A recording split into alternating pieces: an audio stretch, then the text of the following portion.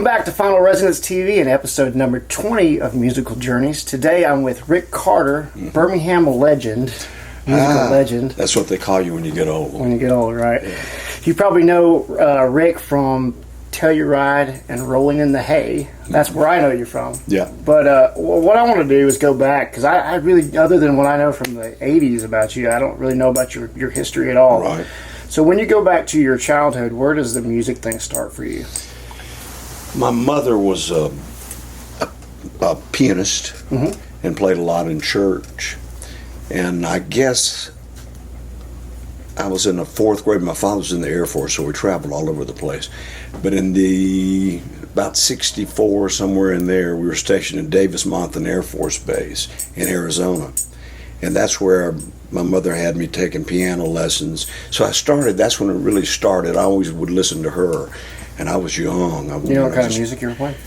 Well, Chopsticks. Right, the basics. Heart and Soul. Okay. But, you know, two of my favorite songs, and I could probably sit at the piano and still play them, was If You Know Susie Like If You Knew Susie Like I Knew Susie. That was right, a big one. Right. I don't know, just that kind of, I don't know why the show tunes or that. I guess that's what the piano teacher taught. Right. And then from there, we got stationed at Shaw Air Force Base in South Carolina. Okay. And so by this time, you know, I saw the Beatles. That's where I saw the Beatles on television with the Ed Sullivan thing. Right, that whole thing was big Was inspiration. that was in Arizona. But was that your main inspiration? Well, that was like, wow. Right. You know, I remember I got in trouble when I got home. I saw it at a neighbor's house, and I got home, and my dad said, "Where have you been?" You know, I thought, and that just stuck in my mind. So I don't know if it was Beatles rock and roll or if I was getting in trouble for listening to rock and roll, but it made an impact. Right. And so right after that, we moved to South Carolina. And I was in the 7th, 8th grade. And, you know, bands, Herman's Hermits was a big band, you know, my kind of stuff. No, actually, wait a minute. Let me back up. From Arizona, we moved to Selma. Okay. And just for briefly, and I met some of my friends that I still play with today. In Selma. Okay. In Selma, but I didn't play music, didn't start in bands until I moved to South Carolina. So I was about 13 when I played my first show. Okay. And I still have pictures of that. It was at the opening of a TV repair shop. Okay. And we had... when you see the picture, it's funny because there's myself and another guy on guitar, and we have a clarinet player, which was very useful, I'm sure. Yeah. On some of the Buckinghams or whatever we were playing at the time. Right. So that's when I first started playing gigs. And on Air Force bases, you had access to the Teen Club, NCO Club, Airmen's Club, Officers Club. You know, there was places to play on those kind of installations. So you play those places, but you also have a place to practice or whatever? Well, we practiced, you know, at our mom's house. That you know, Okay. you weren't able to practice in those facilities. Okay. But the reason I started playing guitars when I went to South Carolina, I was still playing, you know, mostly piano, and I went to a party, and I saw this guy, and he comes in, he's got a guitar, and I'm 13, and all the girls are like, wow. And I thought, I play piano. But back then, there was no Nords, or there might have been a Farfisa organ. It would take you 15, 20 minutes to set it up. Right. This guy just brought in a guitar, started playing, and had all the girls. And I went home and told my mom. I gotta have a guitar. I said, I got to play guitar. So I started playing, had a band called the Invaders, and we played the typical NCO clubs, birthday parties, you know. And probably got paid about what the kids are getting paid nowadays. Oh, you know, we split $12 5 ways and got a free hamburger. So what kind of guitar did you have? Rock and roll, kids. What was your first guitar you had? My first guitar, I still have it up there, was given to me by my parents in Japan. And I actually took a few lessons then, but I was like 6 years old, 7 years old. Right. But my first guitar, per se, was 67 Gibson Melody Maker, which I still have up there. Yeah, cool. I still have that guitar. And my mother bought that, and you know, a matching amp and a red curly cord, because it was a red guitar. Yeah, it had a curly cord. So, And I don't have the cord or the amp, but This is early 60s. Early 60s. Yeah. All right, so I do that band, and then we get orders to move to the Philippines. All right, so when the Philippines is when I started going, okay, this is something I might pursue, because my allowance at the time was, I don't know, $2 or $3 a week. And so when I got to the Philippines, I got in a band called the Bushmen. And the Bushmen, back in the Philippines, they have tailors that customize all your clothes. And that was a big thing in the 60s. Everybody had matching outfits. Right. And you're doing, a lot of people call it beach music, shag music, J.J. Jackson, Four Tops, just, that kind of stuff. So we all had matching Nehru shirts that said the Bushman, and it had your name on it. Like in case, what's your name? Hold on, let me check. But we had those. So that band was called the Bushmen. And when that broke up, now this is 68. And this is all bass kids that you're playing This is all bass kids. Right. All right, so now cut to 1969, I was in a band. The Bushmen, I still have a letter from the American Red Cross where we played at the hospital for the wounded Vietnam guys. Did you just post that? Yeah. I saw it. And, I found that letter of the day, and as soon as I did, it was funny, I could even smell that room. Oh, really? I could see those hospital chairs and all the guys that, that were, their legs were blown off or missing limbs, and they were just in wheelchairs watching us play. It was a very nice letter, moved me, to look back on it almost 50 years ago, that I was doing it back then. Right. But after that, we had a band called the Great Wind Controversy. That's my dog, JJ. Jay. It's okay, buddy. So the Great Wind Controversy. Great Wind Controversy, which, obviously was the psychedelic era, and so we tried to find the most obnoxious name, and we pretty much succeeded. But it's funny that we had a name like that, and we had customized red bell bottoms, and they were big, wide bell bottoms with a white on the sides. Material insert, Yeah. And white shirts and red ties to go with it. So, I don't know. So that was 69, 70. So then I moved from there. We got stationed to Selma. Right. And then I kind of, went to college, played around in high school.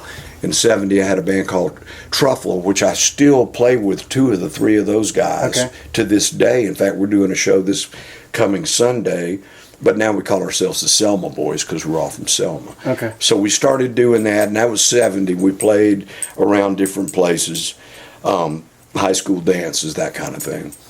And then 72, I graduated from high school. I'm old, kids.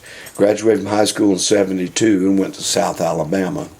So what kind of music are you doing at this back point? then, we were doing Creedence Clearwater. I always had an affinity for country rock. Not country. I'm not a country music guy.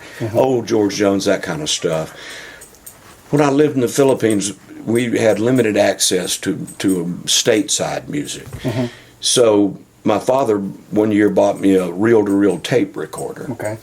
So we had, like I said, limited access, and one of the reel-to-reels that I got was Arlo Guthrie's Alice's Restaurant.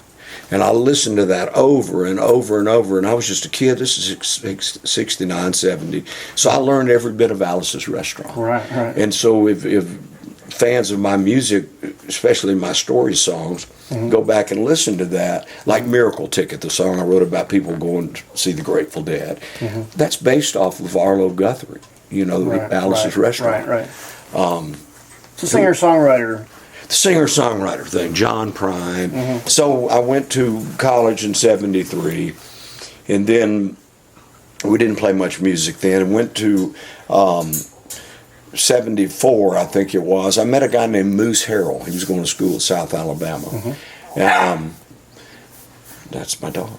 And we started playing music just at the quad at South Alabama, whatever we could do. Right. And we forged a great friendship. So in 74, I moved back to Selma and opened up a record store. And stayed there for a little bit.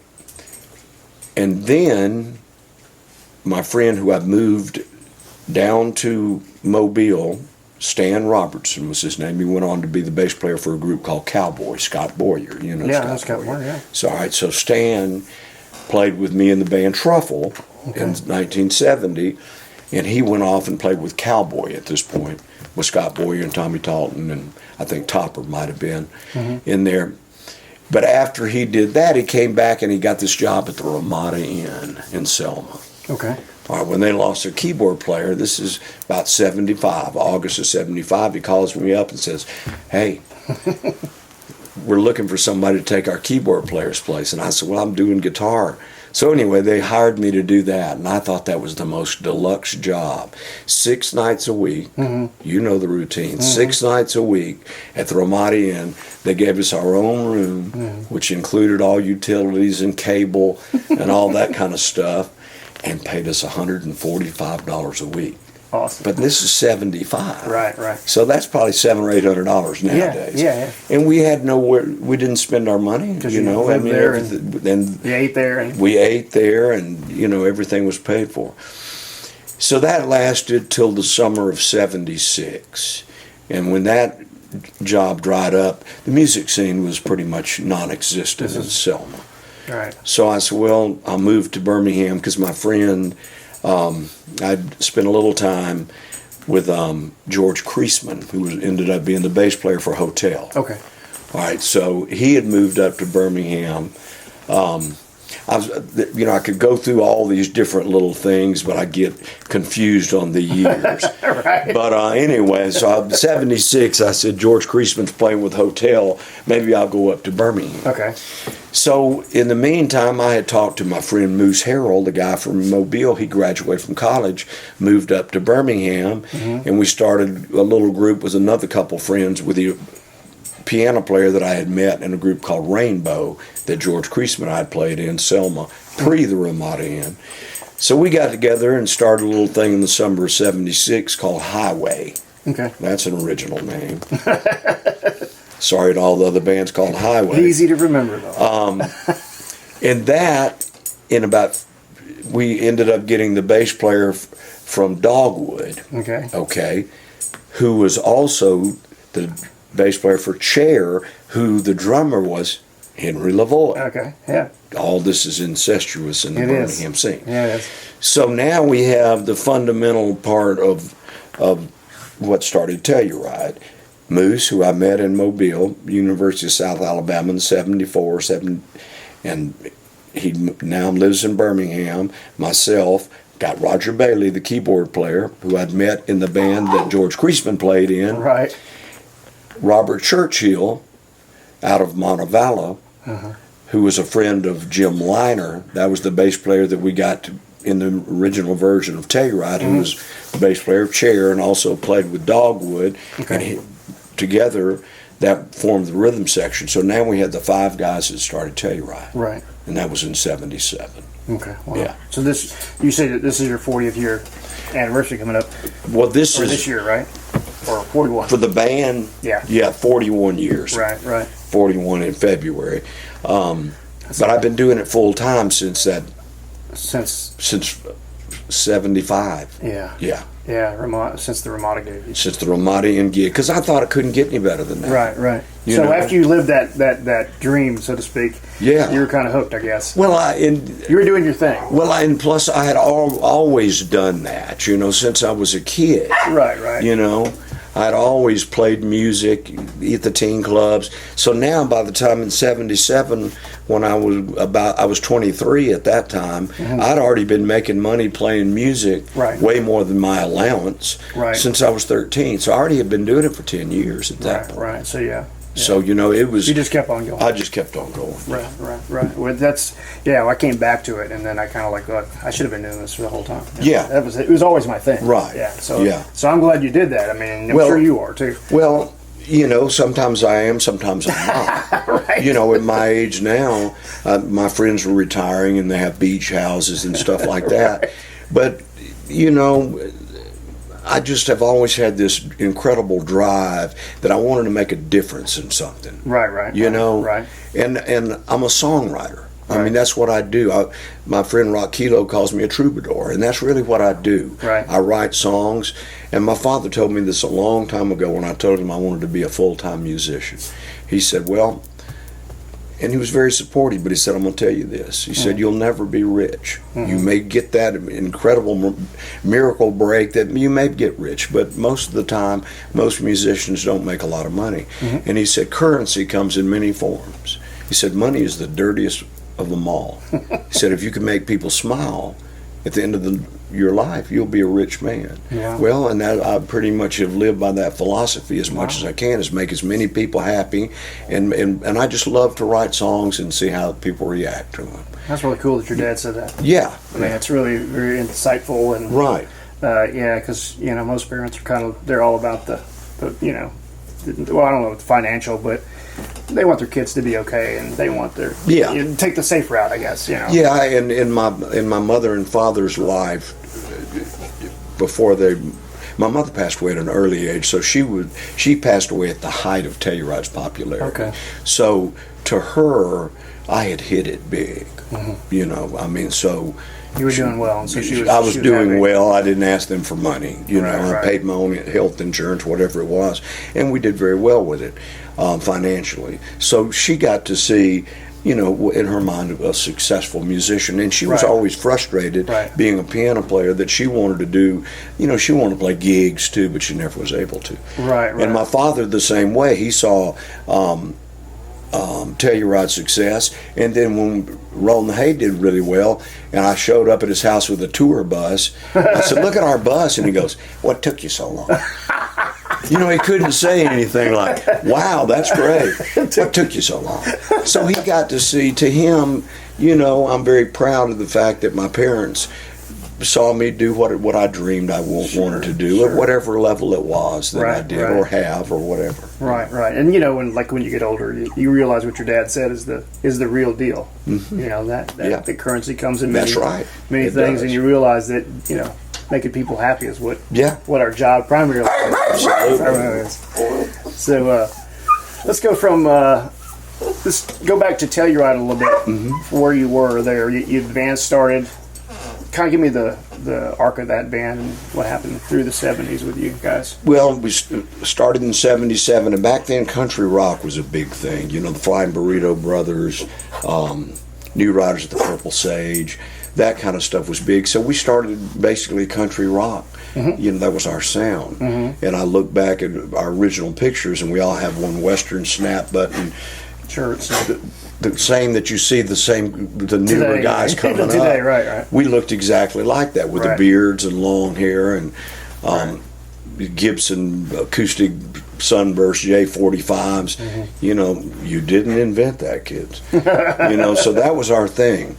And we were lucky. We kind of hit pretty much on the scene, and we were friends with a band called Locust Fork Band, the Gate Bands, all the bands that were doing the college circuits, and they would turn us on to different places to play. And we had a really strong business ethic. It was 2 words: show business. And we were in the show business, music business. We were in music, but we were in the business of music. Everybody in the band got that. That's what we did. Right. And we built it like a business. In kind of a chronological order, Jim Liner left about 78 or 79. Some of that gets fuzzy, and then we got Scott Walker, great bass player from Mountain Brook, and he turned us on to a lot of Grateful Dead stuff, and we liked that. And what we figured out was that when we started playing some Grateful Dead covers, our crowd grew huge. Really. Because of that, there's such the Grateful Dead family, Widespread Panic family, Fish, those kind of people like that, and that I don't say those kind of people, fans of that music and that lifestyle will stay with you forever. Right. They're the best fan base, and I've always had that fan base. Okay. Rollin' the Hay, that was based off of that. So anyway, we got Scott in the band, and we started getting a lot more people. Back up, I get stuff out of order.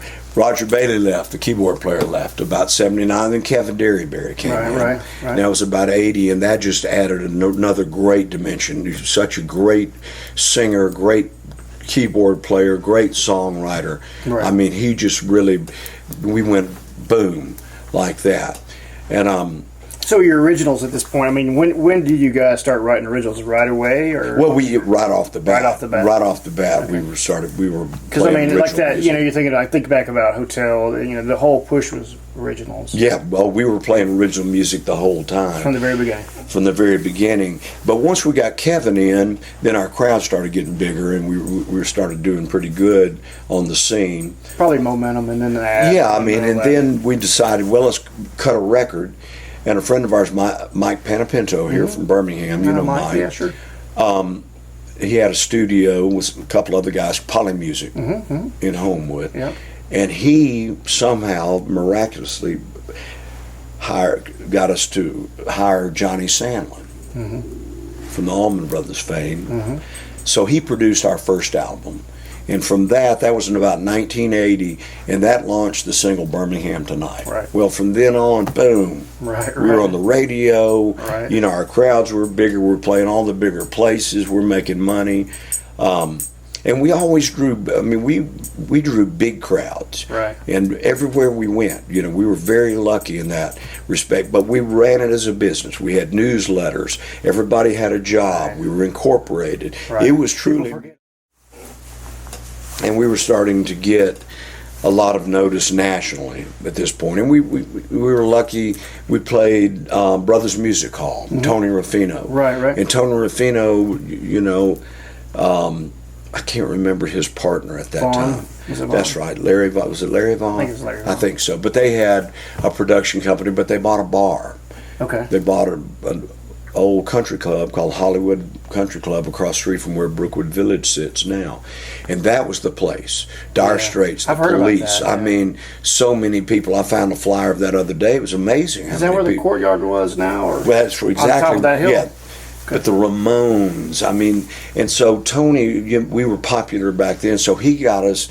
I went to him and I said, can you let us play? And back in those days, you played 5 or 6 nights in the same place. Right. It wasn't like it is now where you just do one night and you're gone. Yeah. You know, you did 6 nights. So he started giving us 6 nights a week. And we played there.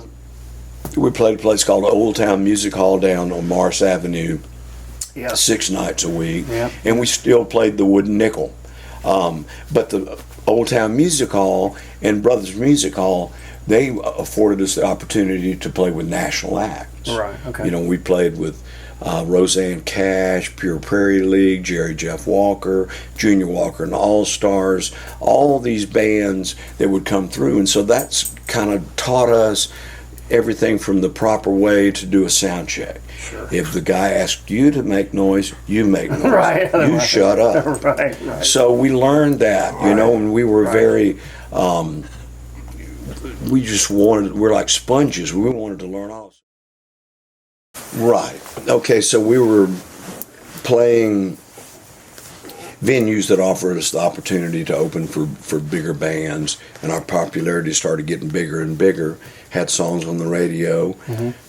Put out a second record, did okay with that, and then I guess about 84 we did our third record back at Polymusic where we did the first record. And this time it was produced by Mark Phillips and Tommy Calton from Hotel. Right. Well, that album spawned another single, Let Me In Tonight, and it also, we secured a deal with Miller Brewing Company. Okay. So now we're more on the national scene. You know, we started getting, back then they would get, part of the Miller deal was instruments and sponsorships with Shure microphones and different musical manufacturers sponsored you. Right.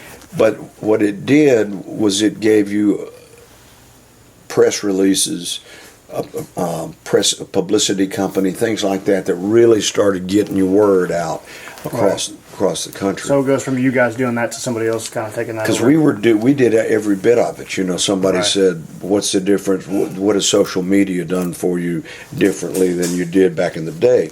Well, back in the day, the way you promote a gig is you go to Kinko's, get 200 copies made, ride around all day in a car with your buddies doing whatever and hitting every telephone pole or outside the record store, whatever.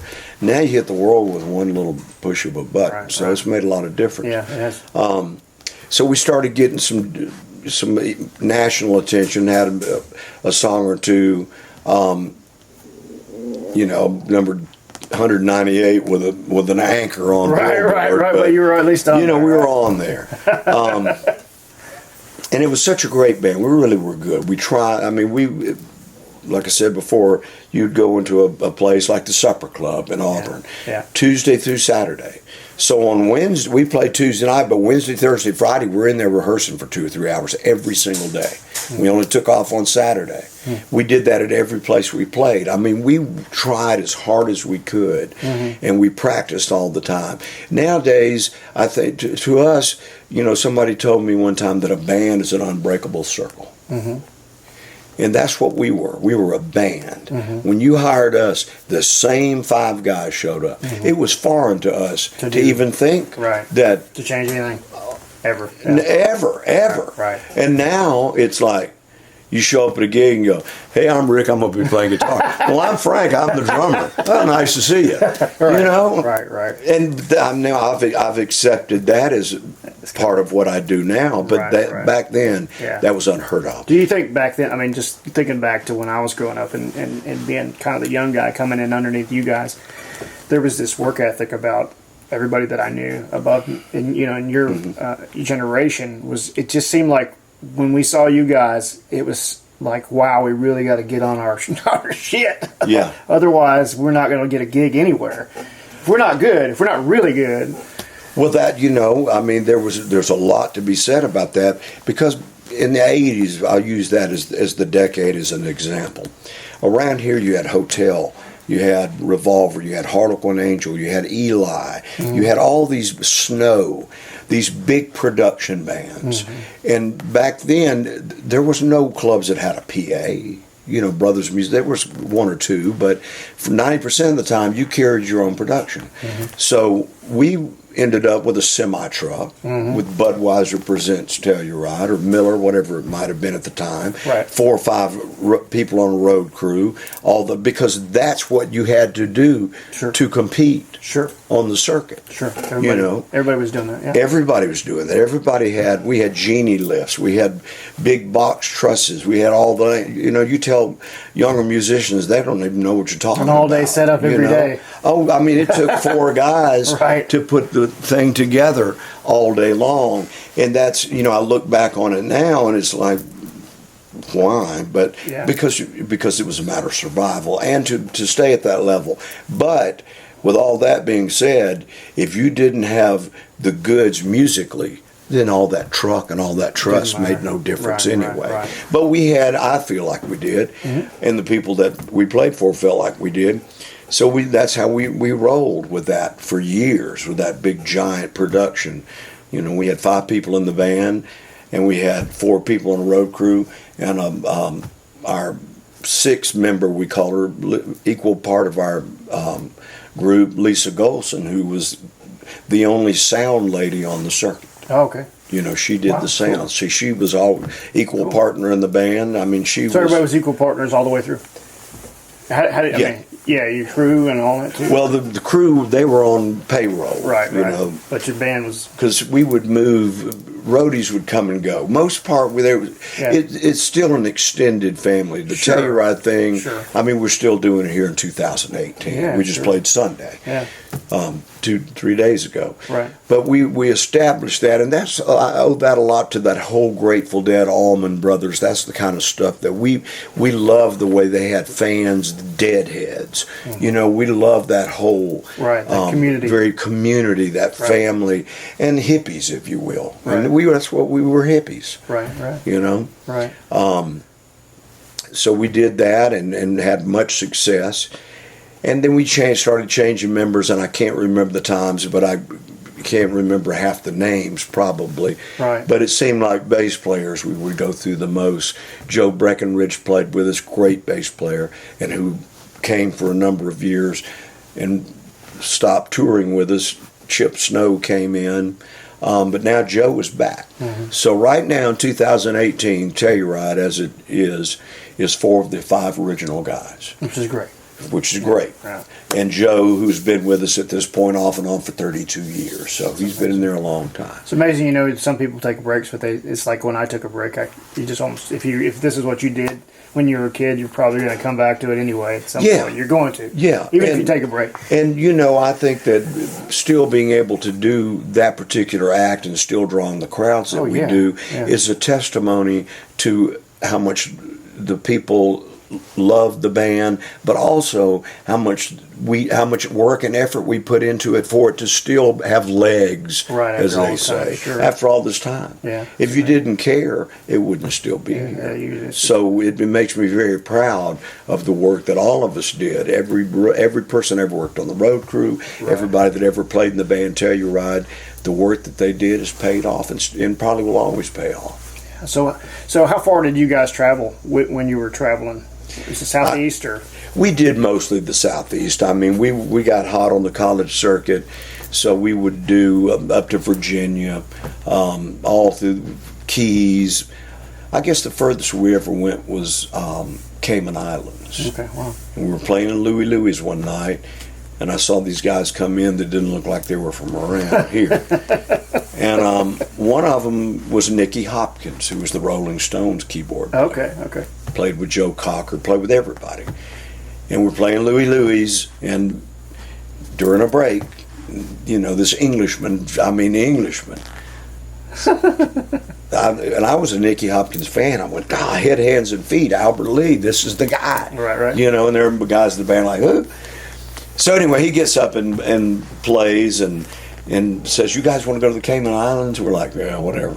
Right, you know, because you hear those stories. Yeah, but ultimately, like that, right? ultimately, 2 or 3 weeks later, we get a package in the mail, and it's all airplane tickets to the Cayman Islands. Wow. So and not only did we go, we flew all of the equipment too. Oh, really? Wow. Because back then they didn't rent back. I mean, where are you going to rent backline in the 80s on the Cayman Islands? Right. We got 2 PV cabinets. You know, they didn't have anything. Right. So we did a lot of travel. We didn't travel as far and as often as much as Rollin' the Hay did. Right. You know. Right. So take me between Telluride and Rollin' the Hay. What happens there? And was Telluride always? I mean, it was not always active, or we were active to the point where we'd always play 1 or 2 shows. It might be an acoustic thing, an unplugged show, once or twice a year through the late 90s into the early 2000s. Once we had, I guess it was about 2007, which was our 30-year anniversary. From then on, we did that show at Work Play. But from then on up till now, we've always played 6, 7, 8, 10, 12, whatever shows. I mean, we actively play. Right. But about 90, and we went through a multitude of guitar players.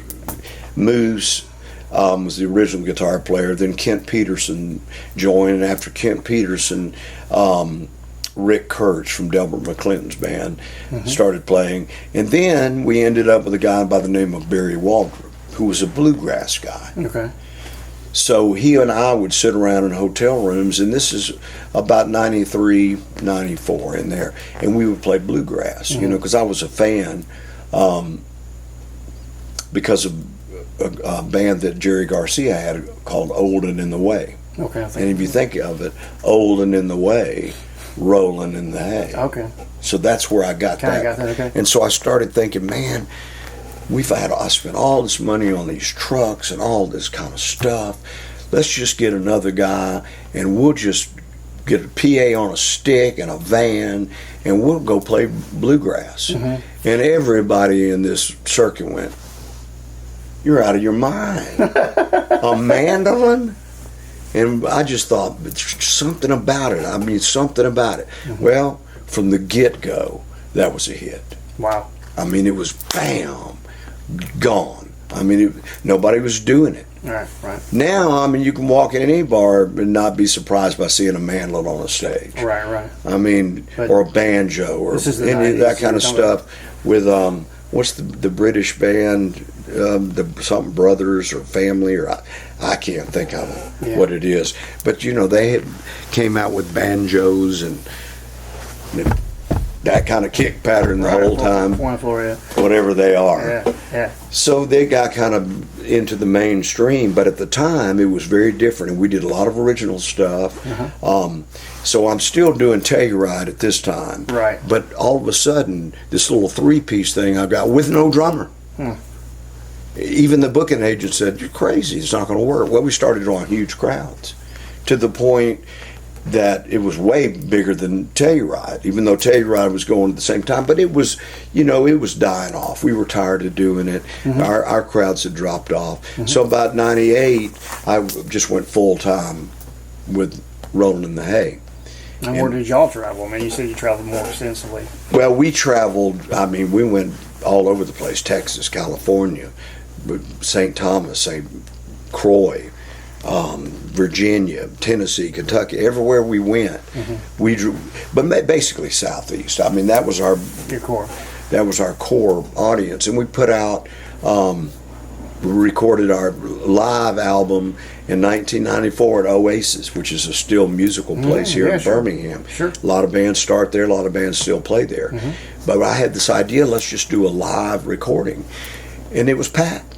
And that thing went on to sell thousands and thousands of copies, and probably cost us $100 to record it. You know, Calvin Osborne, sound man for Telluride, you know, it would take me hours to think of all the stuff that goes in and out. But he was our sound guy in Telluride, and ended up doing sound for Rollin' the Hay, but he was the engineer for that. And we had people from Tuscaloosa, people from Auburn, all of the Rollin' the Hay fans. But that thing went viral before viral was a thing.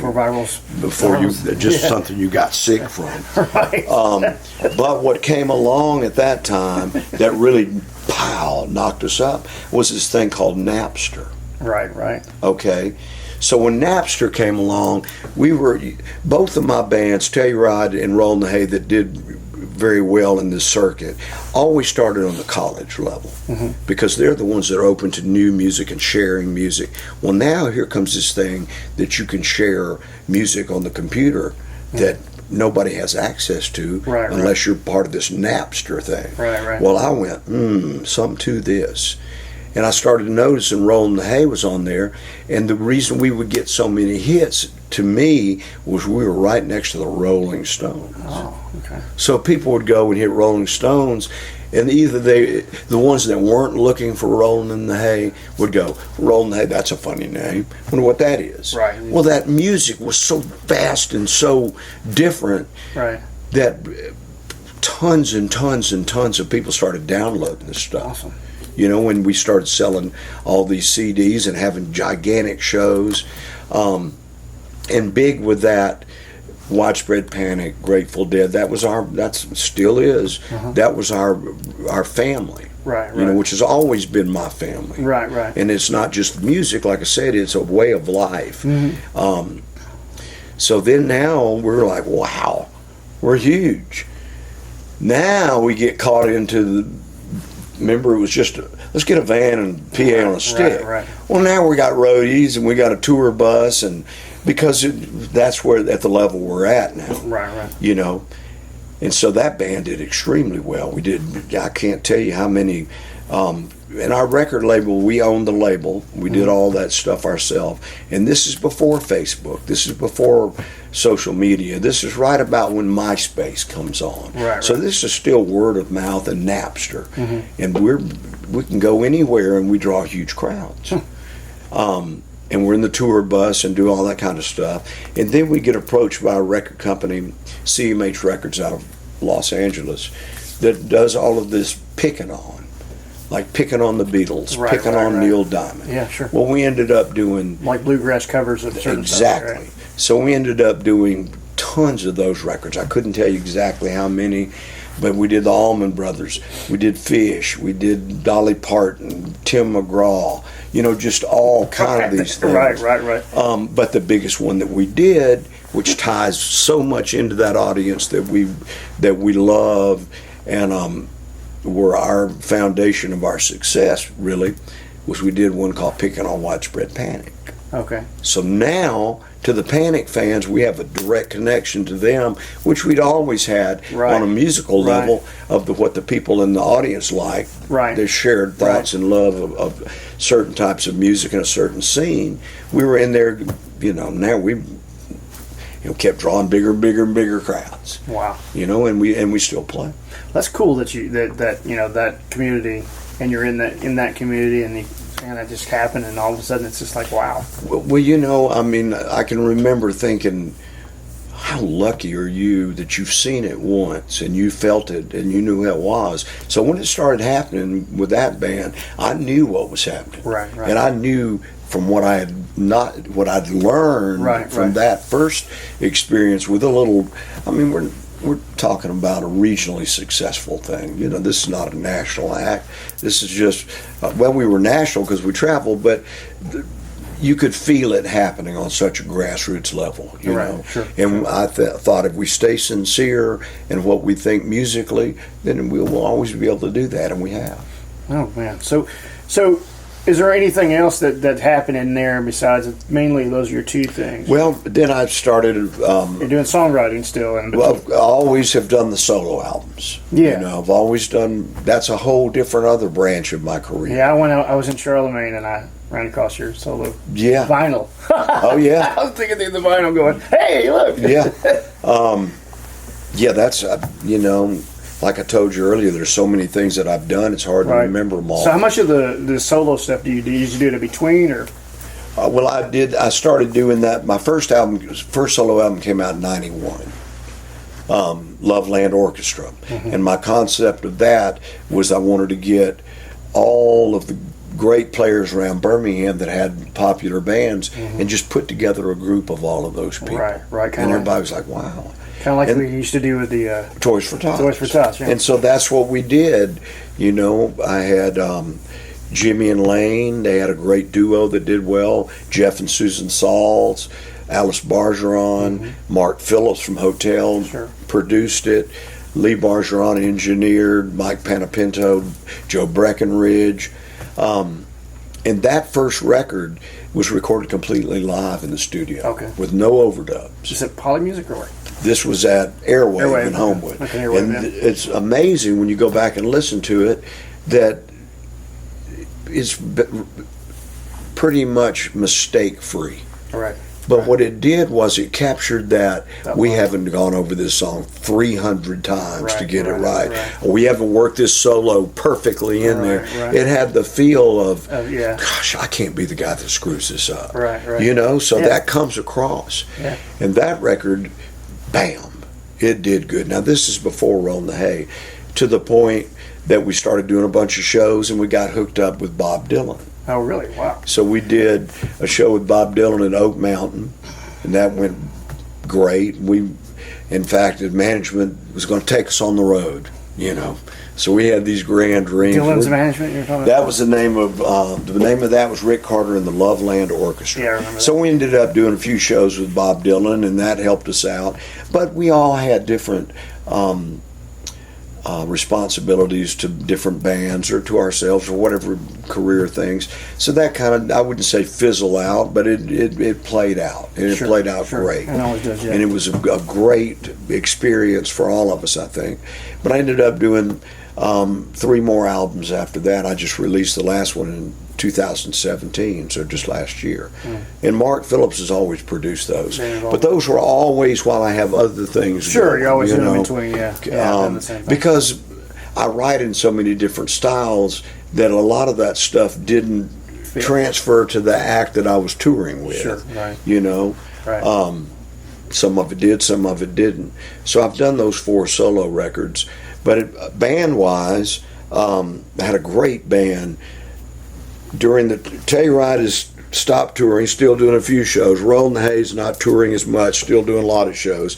Then I put together this thing called Frankie Velvet and the Mighty Veltones with a great guitar player, John Kalinich, probably one of the best I've ever had the privilege to play with. A great guitar player. Very, very Texas swing. Danny Gatton is his hero. He's a Telecaster guy. And I love that sound.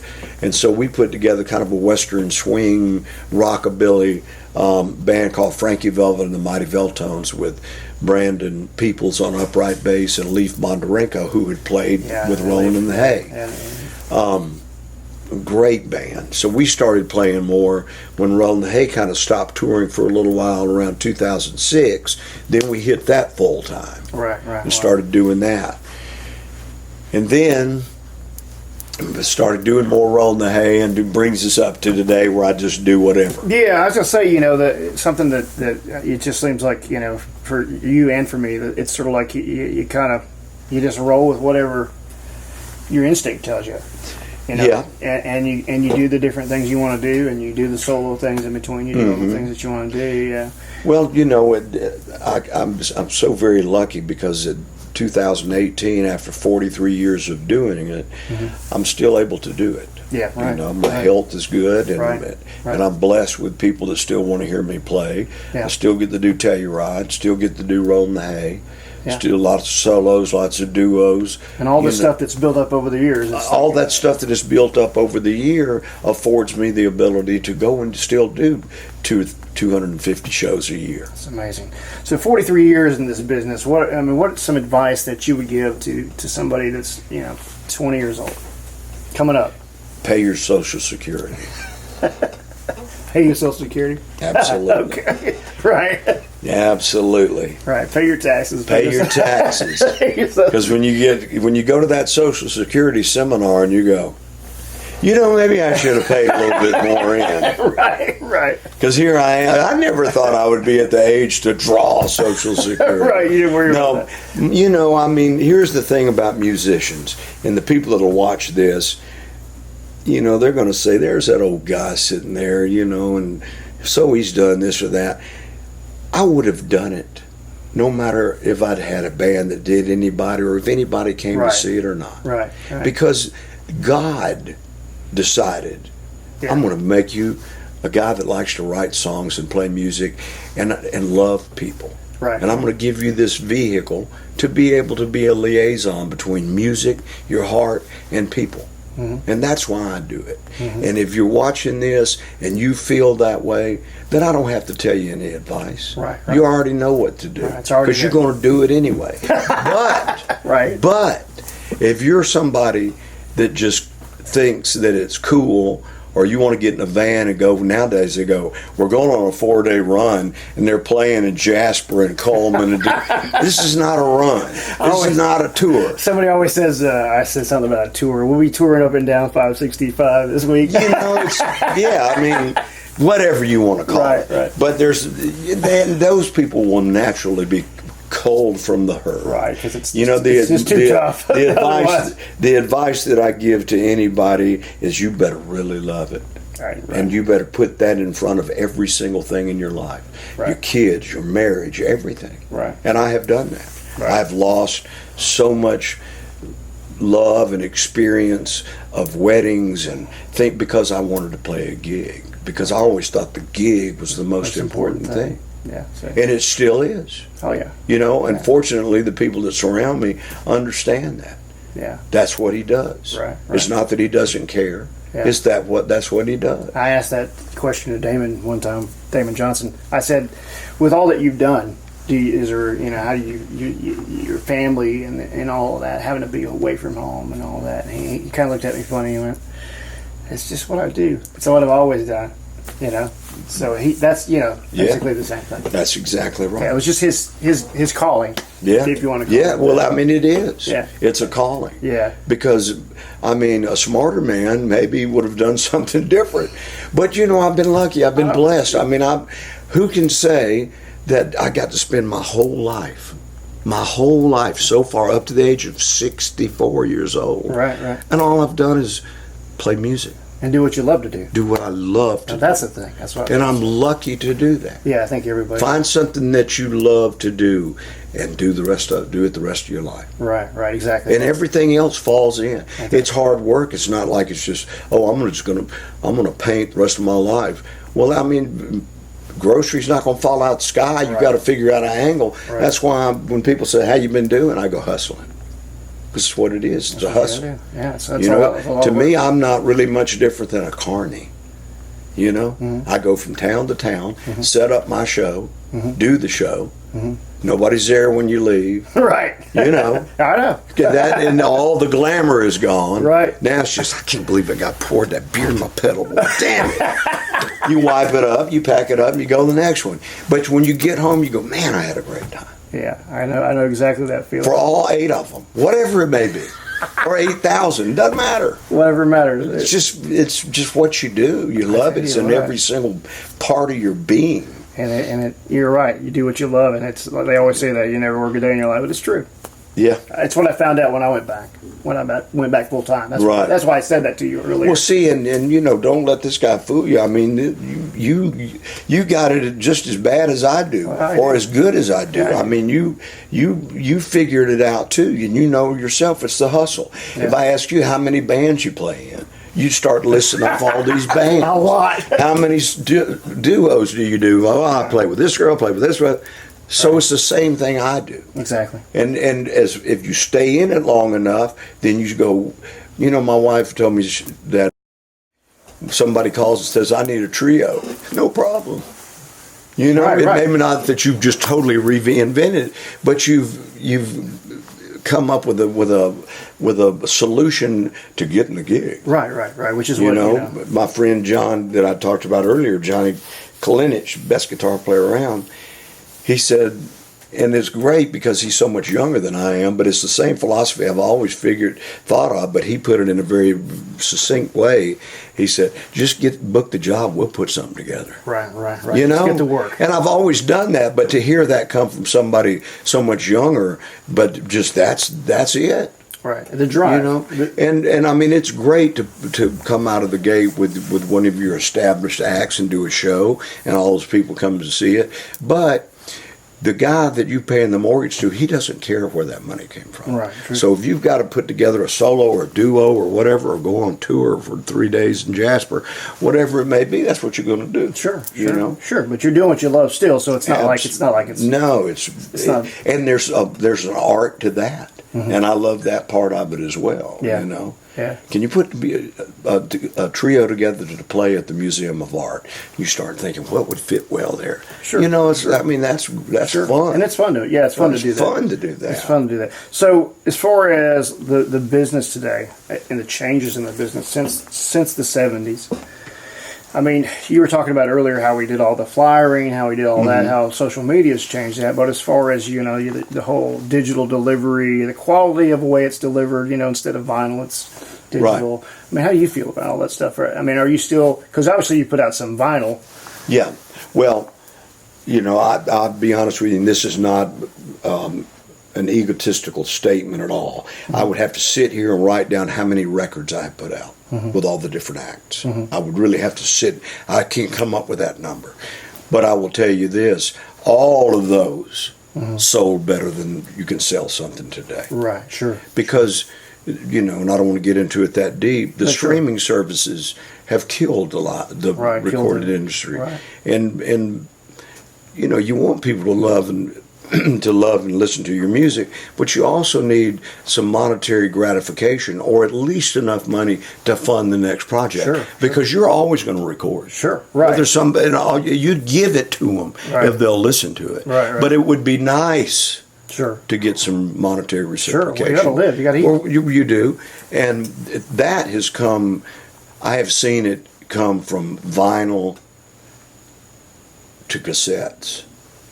To look at this thing, it's called a CD. Wow, look at that. To you got to put out vinyl. Nobody's buying CDs anymore. So I have gone from the full gamut back to vinyl. The only thing I haven't put out anything on is an 8-track. Right. Everything but else, that's coming back. Do you see probably that? So. But what's interesting is the company that pressed my last vinyl in 2017 is the same company that pressed the last Telluride record in '85. And when I was talking to the girl, I goes, you know, the last time and I told her the story, and she goes, I wasn't born then. So vinyl lovers, there you have it. You get you some vinyl because I've been back on vinyl, buying vinyl again. Oh yeah, there's a record player right there. Of course, it's what we were raised on, and it's the warm. And you got the analog, the digital, yada yada, the delivery system. Vinyl's a great thing, and every generation thinks they invented everything, right. And I appreciate that, right. But they didn't invent vinyl. It's been out a long, long time. Right. But right now it's saving some of the recorded music sales. Vinyl's made a huge comeback. Come back a little bit. Mm-hmm. But right now, how could you unless the only thing that's possible, in my opinion, is to adjust the royalty rate for streaming services. Sure. And they've been talking about that. They're trying to do that. But it's out of the bag, right? It's out of the bag. And which goes back to I should be kicked in the butt. Napster. Right. I was a proponent of that. Right. Rip me off, please. I got to promote my band. Now I go, hey, just because you paid that $9.95 on Spotify doesn't mean you don't need to buy my record. Yeah. So but then I guess the other side of it is it's flipped around to live income again. Yeah. Or I'm just a hypocrite. One of the two. Well, yeah. It's just. Yeah, you're promoting your live gigs with your music. That's what they say. Yeah. Yeah. Well, and it's always been this way. People will buy a T-shirt before they'll buy a record, because if they bought more records or whatever the recorded platform was, then why wouldn't the big act set up a record store when you walk in the door? Right. True. What you see is T-shirts. Right. Well, that's what you want to sell. Right. Because it's a walking billboard.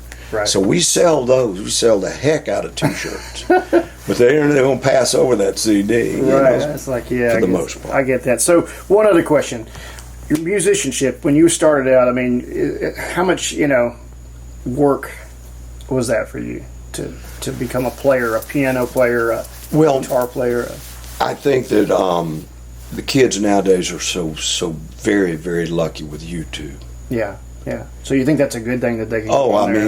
If you want to know the chords to whatever song, I always say this: when we wanted to learn a song, we'd have to save up the money to go buy the 45 on your bicycle. Right. So now you got to ride your bicycle down to Woolworth or whatever the dime store was, give them your $1, get the 45, come all the way back home with all your little buddies in the band, put it on the record player. And one guy was in charge of starting the record, and one guy was in charge of writing it down, and the other 2 or 3 guys were lying and yelling at each other that that's not what he said. And that's how we got the lyrics. Charted it. And then we'd go back and listen to it, and we'd argue over that's not the right chord. Now you just go to guitar tab, boom. What key do you want to do it in? Boom. Right. All of it's right there. Right. YouTube, I want to learn that lick, and you go see. So it's incredible. I can't tell you how many days I threw the Mickey Baker jazz chord book up against the wall till I finally gave it away because I couldn't. Yeah. Yeah, well, because maybe it wasn't even the right chord. Or the right form. So we what was the old saying? Learn by ear. Right. Yeah. By ear. I learned by ear. Right. So when you say learn by ear, though, that's kind of one of the things I want to touch on is that now that they don't have to learn by ear, I think some of that was valuable for us. Oh, absolutely. To hear your changes coming. I never professed to have been or be. I'm not a guitarist. I'm not a real player. I've watched you. You're a player. I'm a songwriter.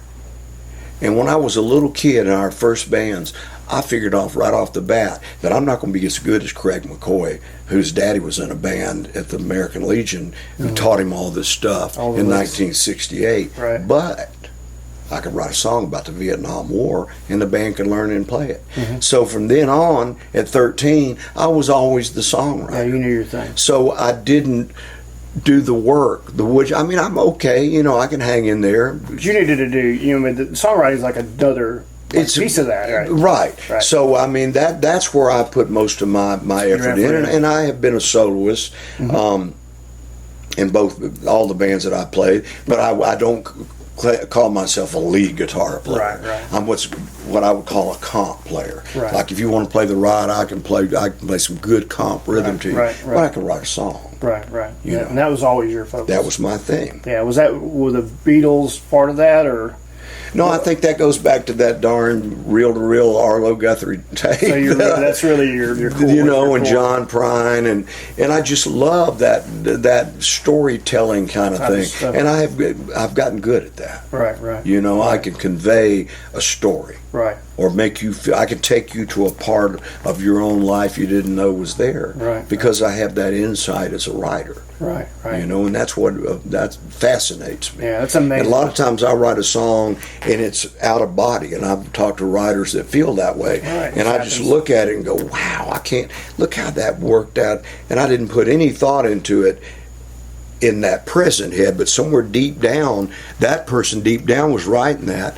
And I just was the first person to read it. Right. That's what I always say. There's what they call the no mind, or there's almost a meditation that happens when you're working on creative things. You lose space and time, and all of a sudden you're like, later when you listen back, you're like, "What? How did I do that?" I know. I don't even know how that happened, but it's always really that's one of the juices I get from Oh, absolutely. Just like, wow, I get in there and I can't get out of the studio. You know what I mean? Yeah. You get in there just focused. Right. Does that happen to you? Do you get stuck in there, or can you come back? Oh, we usually do it till it's done. I mean, if we get on a roll on something, then you usually stick to it. It's got to come out. I did a record with called Rick Carter and the Sizzlers, and I'm still probably more proud of that project than anything. Yeah. But we were so into it that I would write a song the night before we booked the day that we had the studio booked. Okay. So when we went in the studio, I'd play it on acoustic guitar, everybody'd learn their part, and by the time we walked out that day, that's what you heard on the record. Right. No overdubs. Right. We did it straight to dat. Right. But you like to have it kind of super fresh when you walked in, and I would, all the input, you know, well, I can play this part.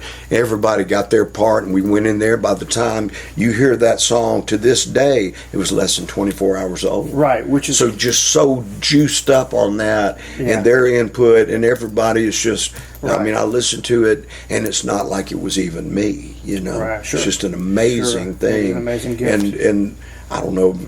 I think at that point, that was 24 years ago, 25 years ago. Yeah. I was young and fearless. Right. The older you get, the more scared you get. Right. Really and truly. Yeah, I agree with you. It changes over time. I mean, you just go, let me play. Now it's like, I don't know. You know, I mean, is it because you don't want to play? And it's mainly, and I'll be honest with you, it's because I get scared. Mm-hmm. They're going to think I'm not as good. Mm-hmm. Right. Who cares what they think? Right. I do. You got to do your thing and then let it come out. Yeah. Because you said, we were talking about creativity. It's something that just happens. Yeah. You got to let that take its course. Open it up and go with it. Take its course, and you finish that thing up, and you stick with it. Well, man, I really appreciate you hanging out with me today, and me too. Sitting down, man, and talking. It's I've known my you for privilege. So long, man. It's just amazing. Yeah. After all these years. Well, we'll have to come back and fill in the blanks sometime. Sounds good to me, man. Thank you, Rick Carter, y'all. Thank you.